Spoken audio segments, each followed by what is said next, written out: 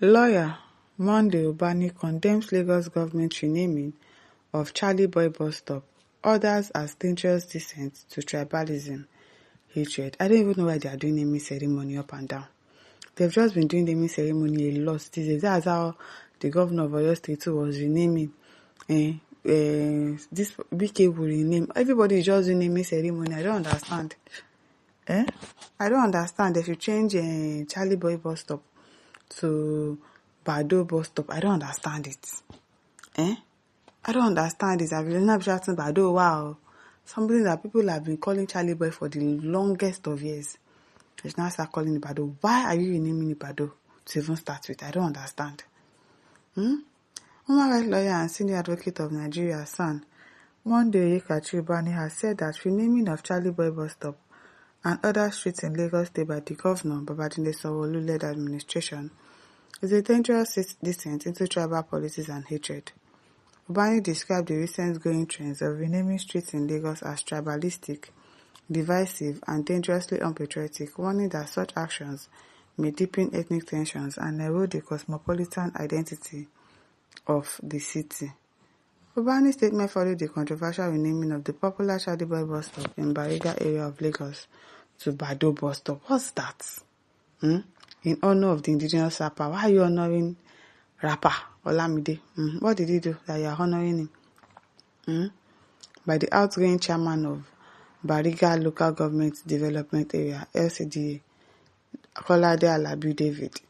In a statement issued on Saturday, Ubani described the decision as a dangerous descent into tribal politics and hatred, and accused the Sanwolu-led administration of enabling a systematic and silent erasure of street names linked to non-Yoruba communities, particularly the Igbos. Ubani said the recent decision by the outgoing chairman of Bariga Local Council Development Area, LCDA, Honorable Kolade Alabi David, to rename the popular Charlie Boys bus stop to Bado bus stop in honor of Nigerian artist Olamide and others may appear harmless on the surface. It may even be seen as laudable to some who admire the artist's impact on Nigerian entertainment. However, beneath the surface lies a disturbing trend that requires urgent national reflection and condemnation: the systematic and silent erasure of certain historical streets in Lagos, especially those reflecting the cultural identity and heritage of non-Yoruba residents. They're really just deceiving themselves because that Bado will work. I don't know. There's no good they go now. If you say they say Charlie Boy bus stop, you no go answer. They'll carry you pass. Now you sabi. I don't know. I don't know why they are changing the name. I don't know. After how many years?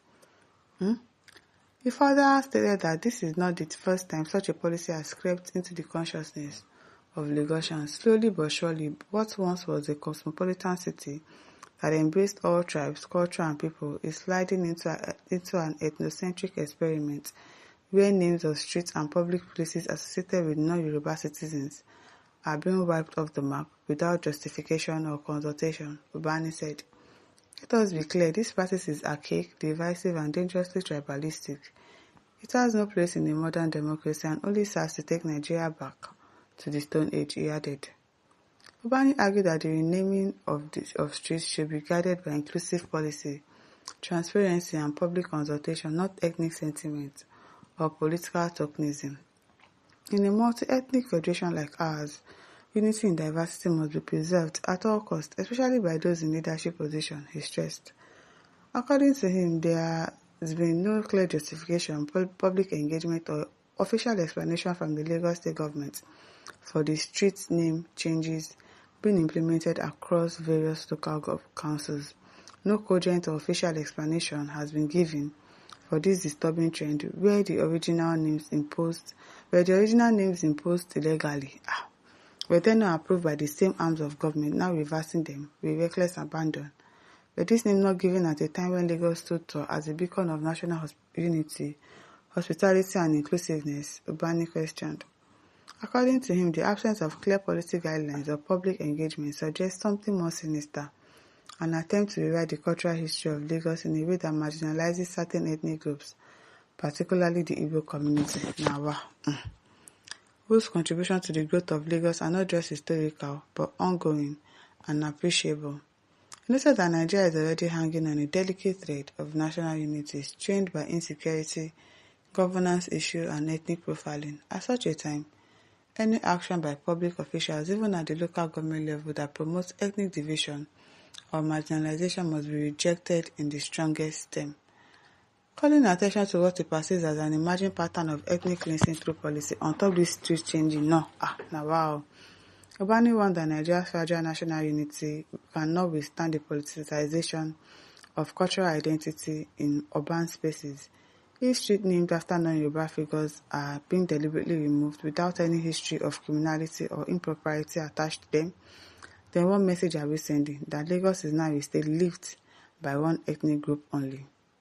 Ubani, who served as former chairman of the Nigerian Bar Association (NBA) Ikeja branch, reflected on his decades of life and legal practice in Lagos, describing the city as a melting pot that historically welcomed Nigerians of all ethnic backgrounds. The Lagos I knew and still want to believe in is the Lagos that gives all Nigerians a fair chance at life, peace and prosperity, regardless of their state of origin, he said. He further criticized local council chairman for allegedly spearheading an ethnocentric wave of renaming that, he says, undermines the progressive image of the Yoruba people and the inclusive spirit that once defined Lagos. Ubani also warned that actions perceived that state-backed marginalization could drive away investors. Waiting happen. Unsettle residents and damage Nigeria's already fragile inter-ethnic relations. He called on the Lagos State Ministry of Local Government and Chieftaincy Affairs to immediately explain the rationale behind the street name change and whether affected communities were consulted. Now, we are not smart on top this just change of name. Now, all this grammar. Policies that alienate, exclude, or erase certain communities are antithetical to the ideas of the democracy, federalism, and nation building. Lagos must not become a theater of ethnic cleansing through street names. I don't understand why they are changing the name from Charlie Boy to Bado. I don't see a reason why they should change that. But I don't know why this person is making it look as if it is tribalistic. It is because of ethnic sentiment. I don't know. I didn't even think to that direction. I don't know, because we know that they've been renaming a lot of names these days. So I think probably all of them are just on a renaming spree. I didn't read meaning to what he's saying that, it's because it's ethnic, whatever. I don't understand. Why are you going through that direction? Why are you going through that route? I don't understand though. I don't understand, because I don't, it's not bad, but there's no need for it. Why are you changing names that people are already very used to? Why do you want to change it? There's no point. My listeners, don't forget to like, share, and subscribe. Thank you for listening. See you some other time. Bye.